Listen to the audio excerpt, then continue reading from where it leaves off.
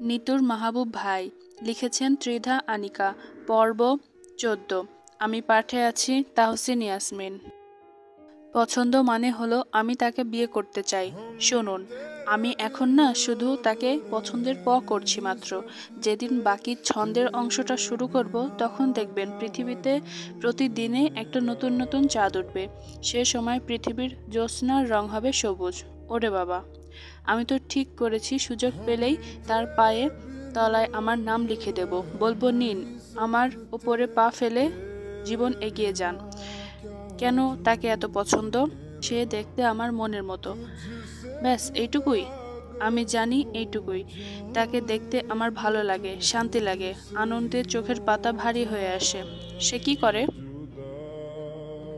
করে এটা আমার কাছে জরুরি না, তাই বলতে চাচ্ছি না। বলার মতো কিছু করে না নিশ্চয়। এবার তো আমি আপনাকে বলবোই না যে সে কি করে। নিতু, তুমি বোধহয় আমার উপরে খুব রেগে গেছো। নিতু জবাব দিল না।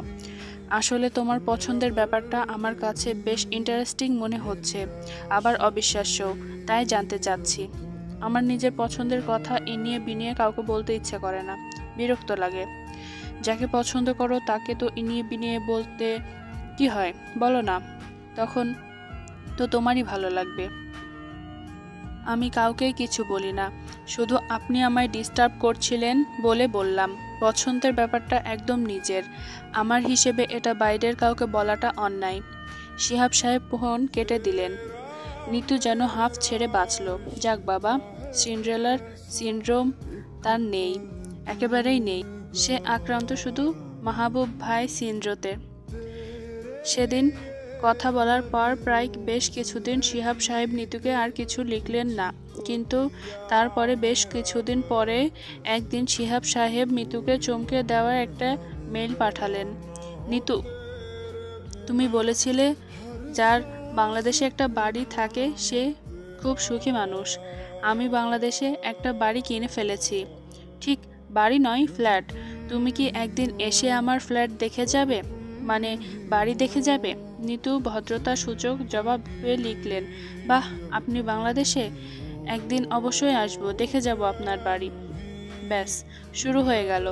শিহাব সাহেব আবার নিতুকে নিয়ম করে লিখতে শুরু করলেন, আকারে ইঙ্গিতে নানা রকম কথা, যেসব ইঙ্গিত শুনলে নিতুর মেজাজ চটে যায়।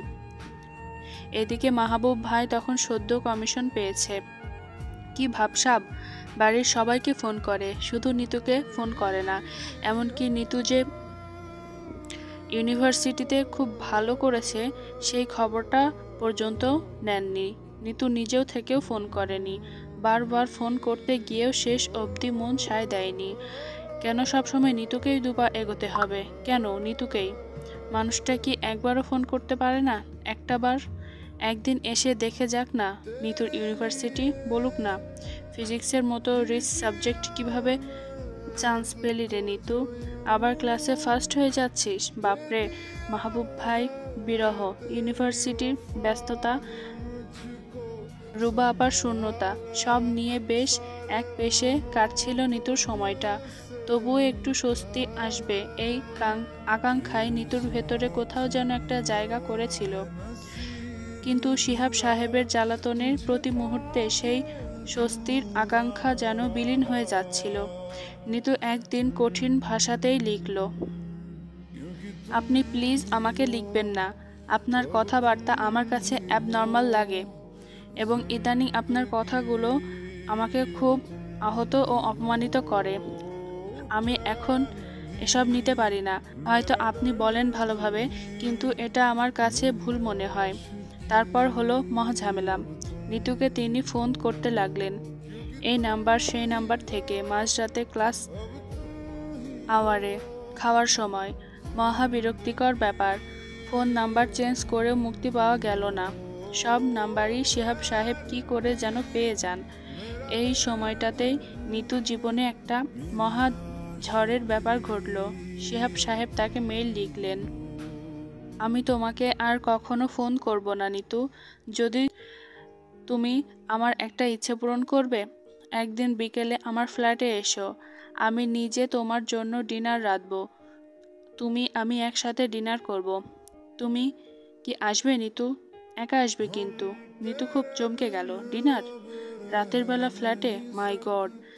তিনি আবার লিখলেন, আমি তোমার কাছে বেশি কিছু চাই না নিতু, শুধু চাই তুমি কিছু সময় এসে আমার কাছে থাকো, ফ্ল্যাটে থাকো। আমাকে 2 মিনিট ভালোবাসো, গভীর করে ভালোবাসো প্লিজ। এরকম ভদ্রলোক হয়ে এরকম কুৎসিত একটা প্রস্তাব তিনি নিতুকে লিখলেন কি করে? মেইল অফ করেও শিহাব সাহেবের থেকে নিতুর রক্ষা পাওয়া হলো না। এবার নতুন জ্বালাতন শুরু হলো, ফোন, টেক্সট। শিহাব সাহেব তাকে সমানে আজে বাজে মেসেজ লিখতে লাগলেন। একে তো মাহবুব ভাইয়ের কোনো খবর নেই, তার উপর শিহাব সাহেবের যত আজে বাজে টেক্সট। নিতু কেন যে বেঁধে পড়ে এই লোকটার সাথে পরিচিত হতে গিয়েছিল কে জানে। জীবনে নিতু ভুল ছাড়া করলই বা কি? নিতুর পৃথিবী ওলটপালট হয়ে গেল। এরকম হুমকি কি তার আসলেই প্রাপ্য ছিল? এই শিহাব নামক লোকটা তার জীবনে এসেই মাহবুব ভাইয়ের জন্য এই শিহাব নামক লোকটা তার জীবনে এসেছে মাহবুব ভাইয়ের জন্য। সব কিছুর জন্য দায়ী তিনি আর তার সিন্ডারেলা সিন্ড্রোম। নিতু ব্যাপারটা বড় চাচাকে বলল। বড় চাচা সব শুনে নিতুকে প্রথমে বকলেন, তারপর নিজে ফোন করে শিহাব সাহেবকে ওয়ার্ন করলেন। বললেন, ফার্দার এমন করে ফোন করলে আমি কিন্তু পুলিশ অ্যাকশন নেব। বড় চাচার ফোনের পর শিহাব নামক লোকটা আরও ডেসপারেট হয়ে গেল। অপরিচিত একটা মেল থেকে নিতুকে ভীষণ নোংরা কিছু ছবি পাঠালেন, যেটা নিতুর একদম কল্পনার বাইরে, সাথে চিঠি। তুমি জানো নিতু, আমি ফটোগ্রাফি অনেক ভালো পারি। সেই দক্ষতায় আমি তোমাকে কিছু সুন্দর ফটো পাঠাচ্ছি। আমি তোমাকে যেভাবে ভাবি ঠিক সেই রকম। আমি নিশ্চিত সেই চমৎকার ছবিগুলো দেখবার পর তুমি আর আমার ফ্ল্যাটে আসতে মানা করবে না। শিহাব সাহেবের পাঠানো ছবি নিতু অল্পের জন্য মূর্ছা গেল না। কিছু নগ্ন নারী দেহে নিতুর ছবি জুড়ে দেওয়া অশ্লীল ভিডিওতেও তিনি নিতুকে বসিয়ে দিয়েছেন। একটা পড়াশোনা জানা মানুষের ভেতরে এত কুৎসিত আর ভয়ঙ্কর কীট থাকতে পারে কে জানতো। নিতু সর্বশক্তি দিয়ে নিজেকে শান্ত রাখার চেষ্টা করলো, তাতে কিছুই লাভ হলো না। ভেতরে ভেতরে প্রতি মুহূর্তে সে ভয় কুঁকড়ে যাচ্ছিল। একদিন ইউনিভার্সিটিতে নিতুদের ক্লাসে শিহাব সাহেব নিজে সশরীরে এসে হাজির। তাকে দেখেই নিতুর দম বন্ধ হয়ে যাচ্ছিল যেন। নিতু কিছু বন্ধুদের তিনি বেশ ভালো করে চেনেন, জমিয়ে আড্ডাও দিলেন। এক পর্যায়ে সবার সামনে তিনি নিতুকে ডেকে বললেন, নিতু, তুমি কি একটু আমার সাথে আসবে? কথা ছিল। প্রাণ হাতের মুঠোয় নিয়ে নিতু বলল, না, আসবো না। কেন আসবে না নিতু? তুমি কি রাগ করেছো আমার সাথে? আমার এখন আপনার সাথে কথা বলতে ইচ্ছে করছে না। শিহাব সাহেব চড়া গলায় বলল, আমি তোমাকে একটা মজার বিষয় দেখাতে নিয়ে এসেছি, তোমার আরও কিছু ছবি। তুমি চাইলে তোমার ইউনিভার্সিটির বন্ধুদেরও আমি সেগুলো দেখাতে পারি, তবে ক্লাসে না দেখাতে চাইলে আমি সেগুলো তাদের অনলাইনে দিয়ে দেব। তোমার সব বন্ধুদের কিন্তু আমি চিনি, ডিপার্টমেন্টের সব শিক্ষকদের ঠিকানাও জানি। নিতু ক্লাস থেকে বেরিয়ে এলো। আপনি এরকম করছেন কেন? আপনার কি মনে হয় না আপনি মানসিকভাবে বেশ অসুস্থ হয়ে পড়েছেন? আপনার চিকিৎসা দরকার। তাহলে তুমি আমার সুস্থ করে তোলো নিতু। আমি তোমাকে চাই। তোমাকে পেয়ে আমি সুস্থ হয়ে যাব। তোমার একটুক্ষণ আমাকে দাও শুধু।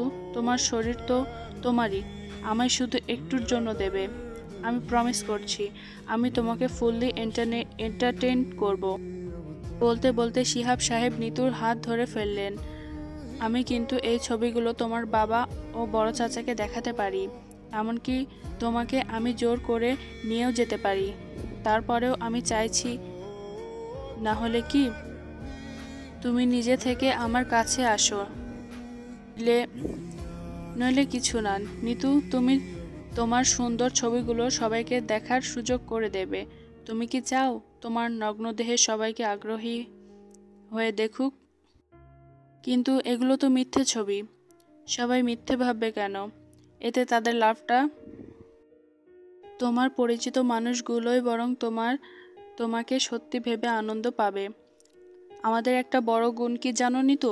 আমরা নিষিদ্ধ মিথ্যাকে বড় সহজেই বিশ্বাস করি, কারণ এতে বিশ্বাস করাতেই আমাদের আনন্দ। আচ্ছা বলো, তুমি আমার কাছে কি চাও? তুমি চাইলে আমার ঢাকার ফ্ল্যাটটা আমি তোমাকে লিখে দিতে পারি। আপনি প্লিজ চুপ করুন। ফাইন, তোমাকে আমি 2 দিন সময় দিলাম। তুমি ভাবো, ভালো করে ভাবো, ভেবে আমাকে হ্যাঁ বলো 2 দিন। আমি কিন্তু আর সময় দিতে পারবো না। শিহাব সাহেব এই পৃথিবীর সব থেকে কুৎসিত হাসিটা হাসলেন। তবে you are a very lucky girl. এই শিহাব এই প্রথম কোনো মেয়েকে বিছানায় আনতে এত সময় দিচ্ছে। ঋতু কাঁপা কাঁপা কণ্ঠে বলল, আপনিই বোধহয় এই পৃথিবীতে একমাত্র কুৎসিত কীট, যে মানুষরূপী ধরে তার ভেতরকার কুৎসিতগুলো খুব সুন্দর করে বললেন। তুমি আমাকে যাই বলো নিতু, তোমার উত্তর যাতে হ্যাঁ হয়।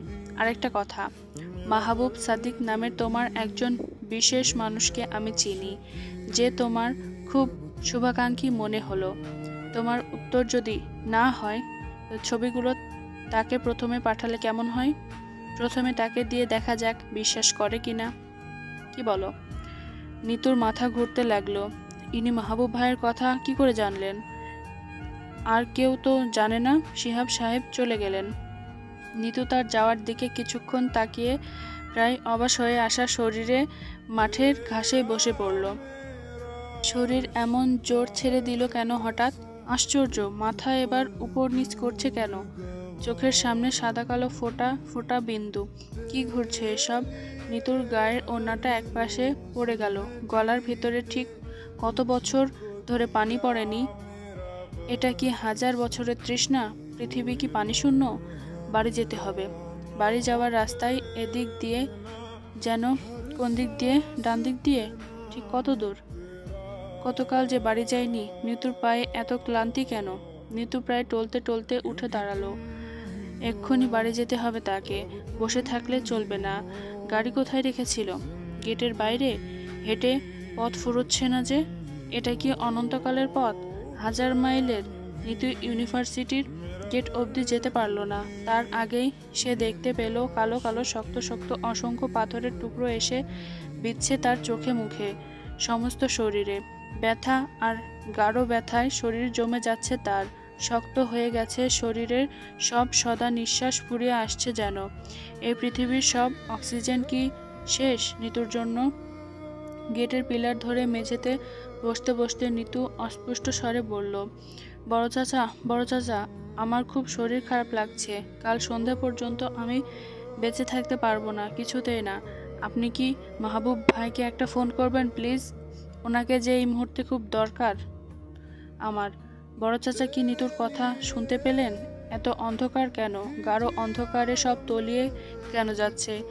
এই এত অন্ধকারে নিতু বিস্মিত হয়ে দেখল মাহবুব ভাই তার চোখের সামনে দাঁড়িয়ে আছে। চুল উস্কো খুস্কো, চোখ থেকে যেন আগুনের ফুলকি ঝরছে। শার্টের বুকের বোতাম রং অর্ডারে লাগানো বলে তা কুঁচকে আছে। শার্টের এক হাতা ভাঁজ, অন্য হাতার বোতাম আটকানো। নিতু বিড়বিড় করে বলতে চাইল, আপনাকে এমন এলোমেলো দেখাচ্ছে কেন? এলোমেলোতেও খুব সুন্দর লাগছে মাহবুব ভাই। নিতুর বলা হলো না। ঠোঁট সে শত চেষ্টা করেও নাড়াতে পারল না। মাহবুব ভাই চেঁচিয়ে উঠলেন, এত বেয়াদব তুই, এত বেয়াদব! তাকিয়ে কি দেখছিস? এত নোংরা নোংরা ছবি তুলে তাও নির্লজ্জের মতো কেন তাকিয়ে আছিস? চোখ বন্ধ কর। তারপর আবার সবকিছু অন্ধকার, অনন্তকালের অন্ধকার। নিতুর জ্ঞান ফিরল কড়া ওষুধের গন্ধে। সে কোথায়? হসপিটালে কিভাবে এলো? নিতু তৎক্ষণাৎ উঠে বসলো। মা খুব কাঁদছে, বড় চাচিও। বাবা অসহায় মুখে তাকিয়ে আছে। কি করে এত শরীর খারাপ হলো তোর? ইউনিভার্সিটির গেটে নাকি বেহুশ হয়ে পড়ে গেছিলি। দারোয়ান ফোন করে মা আর বলতে পারে না। বড় চাচি নিতুর গায়ে মাথায় হাত বোলাতে লাগলেন। ডক্টর বলল, তুমি খুব এক্সজাস্টেড হয়ে পড়েছিলে। কেন নিতু? সকালে ভালো বেরোলে তুমি। ইউনিভার্সিটিতে এমন কি ঘটে গেল যে তোমার ব্রেনে সে লোড নিতে পারলো না? বলো। চাচি, আমার মোবাইল ফোনটা কোথায়? আমাকে একটা খুব জরুরি ফোন করতে হবে, ভীষণ জরুরি। হাসপাতালের বেডে বসে নিতু মাহবুব ভাইকে ফোন করলেন। তিনি প্রথমবারে ফোন রিসিভ করলেন। ফোন করছিস কেন? তোর ইউনিভার্সিটির গল্প শোনাতে? তোর ধারণা তুই ফিজিক্সে পড়ছিস বলে আমাকে রাত বেরাতে ফোন করতে পারিস? আমি অনার্স পড়িনি, এটা চোখে হাত দিয়ে দেখাবি? তুই দেখালে আমি দেখব কেন? অন্য দরকারে ফোন করেছি। আমার কাছে তোর দরকারটা কি? আমি কি তোর টাকা মেরে দিয়েছি, নাকি জমি জমা দখল নিয়েছি? তুই মাটিতে বসে পদার্থ ঘাটছিস, আমি আকাশে উড়ে উড়ে ট্রেনিং করছি। তোর আমার সব আলাদা। এখানের বিষয় আশয় নিয়ে তো কোনো দরকার থাকতেই পারে না। নেই তো, কিছুই নেই। নিজেই চিরতরে যোগাযোগ বন্ধ করবি, নিজেই ফোন করবি। এই পৃথিবী কি তোর ইচ্ছায় চলবে? এই পৃথিবীর সব কি তোর গোলাম? হ্যাঁ, তুই কি পেয়েছিস? আমার সাথে বেয়াদবি করে পার পেবি? চুপ, একদম চুপ। আমি কি বলছি শুনুন। শুনছি তো। তাই বলে এত জোরে ধমকাবি? কানের পর্দা ফুটো হয়ে গেল। আমার ব্রেনের একটু অংশ বের হয়ে গেছে বোধহয়। নিতু শীতল গলায় বলল, মাহবুব ভাই, আপনি কি জানেন এই পৃথিবীতে একটা বড় ঝড়ের জন্য আপনি দায়ী? সব দোষ আপনার, সিন্ডারেলা সিন্ড্রোমের। সেই ঝড়ে যদি কিছু লণ্ডভণ্ড হয়, আমি কিন্তু আপনাকে ক্ষমা করব না, একদম না। পৃথিবীতে ঝড় হবে তাও আমার দোষে? কেন রে? আমি কি বায়ুমণ্ডল? ঝড় সৃষ্টিকারী ভূমিকম্প? আপনি বায়ুমণ্ডল বা ভূমিকম্প না হলেও আপনার কোনো ক্ষমা নেই। বলছি তো, আমি আপনাকে ক্ষমা করব না, কোনো দিন না। নিতু ফোন রেখে দিল। মাহবুব ভাই একাধারে ফোন করতে থাকলেন। নিতু ফোন রিসিভ করলো না। যা, দুনিয়ার জলে ভেসে যাক, সে কারো ফোন ধরবে না। এত ভয় আর অশান্তি নিয়ে বেঁচে থাকা যায় না, বা তার ইচ্ছে নেই। সেই ফোনের পর দিন দুপুর নাগাদ মাহবুব ভাই নিতুদের বাড়ি এসে হাজির হলেন। নিতু ড্রয়িং রুমের সোফায় শুয়েছিল। মাহবুব ভাই সেখান থেকে তাকে টেনে হিঁচড়ে ঘরে নিয়ে এলেন। এনে বললেন, ক্ষমা কে চাইছে তোর কাছে? কে? ক্ষমার কথা বললি, বল। নিতু জবাব দিল না। কি হয়েছে? নিতু এবারও কথা বলল না। আমি তো একটা ট্রেনিং করতে গিয়েছিলাম, তাই না? তুই এখানে বসে সুইসাইড অ্যাটেম্প্ট করলি, হাতে বিষ নিয়ে সেটা নড়াচড়া করতে করতে আমায় হুমকি দিবি? আমি কোনো হুমকি দেইনি। তাহলে হাসপাতালে ভর্তি কেন হয়েছিলি? এমনি। এমনি মানে? ডক্টরের কাছে কেউ এমনি এমনি যায়? কেউ যায় না, আমি গিয়েছিলাম। ডাক্তারদের দেখতে ইচ্ছে করছিল। ইঞ্জিনিয়ার জুটিয়ে শান্তি হয়নি, এখন ডাক্তার জোগাড় করার চেষ্টা করছিস? জিয়ায় স্বাদ চায় না? চাই। আপনি কেন এসেছেন? আপনি তো ডাক্তার বা ইঞ্জিনিয়ার না। তুই বললি আমি ঝড় লাগিয়েছি। ঝড়ের তাণ্ডব দেখতে এলাম। কি বলে ছুটি নিয়েছি জানিস? বলেছি তোর বাবা মারা গেছে, স্ট্রোক। আপনি ছুটির জন্য আমার বাবাকে মেরে ফেললেন? নিজে মরার থেকে কি অন্যকে মেরে ফেলা ভালো নয়? তাছাড়া তোর বাবা যে ধরনের ওয়েল ডিসিপ্লিনড, আমার মনে হয় তোর বাবা একটা সরকারি ছুটির দিন দেখেই মারা যাবে। এমনই যদি ছুটি থাকে, তাহলে তো আর ছুটি নিতেই হবে না। তো আহত চোখে জানালার বাইরে তাকালো। ঝড় থামাতে সে আরেকটা বড় ঝড়ো পৃথিবী নিয়ে এসেছে। ও, কি হয়েছে বল? কিছু হয়নি। 100 বার হয়েছে। তোর গলা শুনে আমি বুঝতে পারছি। গলা শুনে? এই 2টো রাত আমার ঘুম হয়নি তোর ধমকে। কেন ধমকেছিলি? 2টো রাত কোথায়? মাত্র তো একটা রাত। তোর ধমকে ঘুম হয় না হয়ে আমার মনে হয়েছে 1000 রাত। মিনিমাম তো 7 রাতের সমান ছিল রাতটা। কি হয়েছে বল? চুপ করে কি তোর মুখের কথা রেট বাড়াচ্ছিস? বল কি হয়েছে? মাহবুব ভাই নিতুর গাল চেপে ধরলেন। নিতু হাত ছাড়ানোর আপ্রাণ চেষ্টা করলো। নিতুকে বিছানায় ঠেসে ধরে বললেন, তুই বলবি? তোর বাপও বলবে। শিহাব সাহেব লোকটা আমায় খুব জ্বালাচ্ছে। কদিন যাবৎ তিনি আমাকে ভয়ঙ্কর কিছু ছবি পাঠাচ্ছেন, বলেছেন এগুলো ছড়িয়ে দেবে, সবাইকে দেখাবে।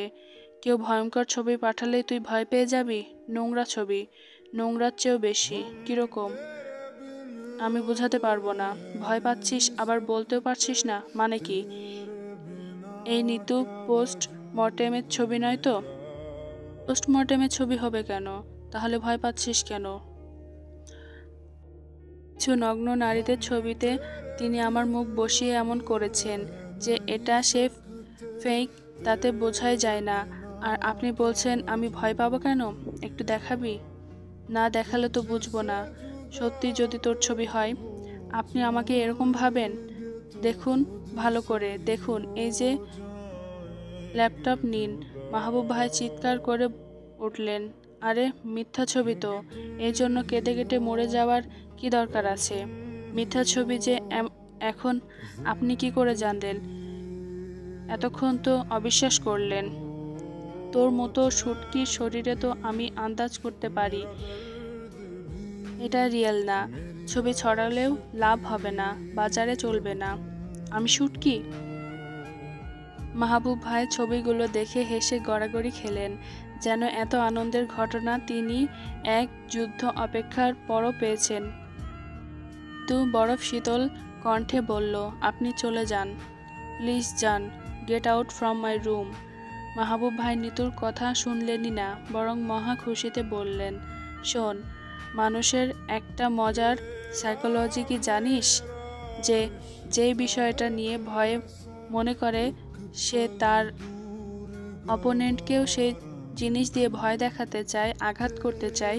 ওই ব্যাটার নিজেরই বোধহয় ন্যাংটা ছবির ফোবিয়া আছে, তাই তার ধারণা তোর কিছু উটকো আর পজিটিভ ফটো এডিট করেই সে তোকে ভয় দেখিয়ে কাবু করবে। এখন কথা হলো, তুই ভয় পাওয়ার তার সূত্র মিলে যাচ্ছে, মানে হলো তার ট্রিট কাজে লেগে যাচ্ছে।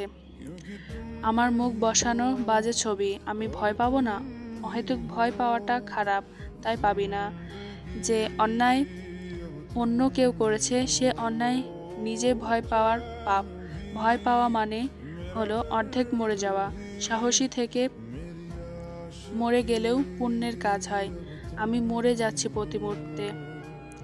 এভাবে ভয় দেখিয়ে তোর কাছে কি চাই? টাকা? নিতু মাহবুব ভাইয়ের সামনে থেকে সরে এলো। কি চাই? কি উদ্দেশ্য? ডিনারে যেতে বলেছে। মাহবুব ভাই কিছুক্ষণ চুপ করে রইলেন।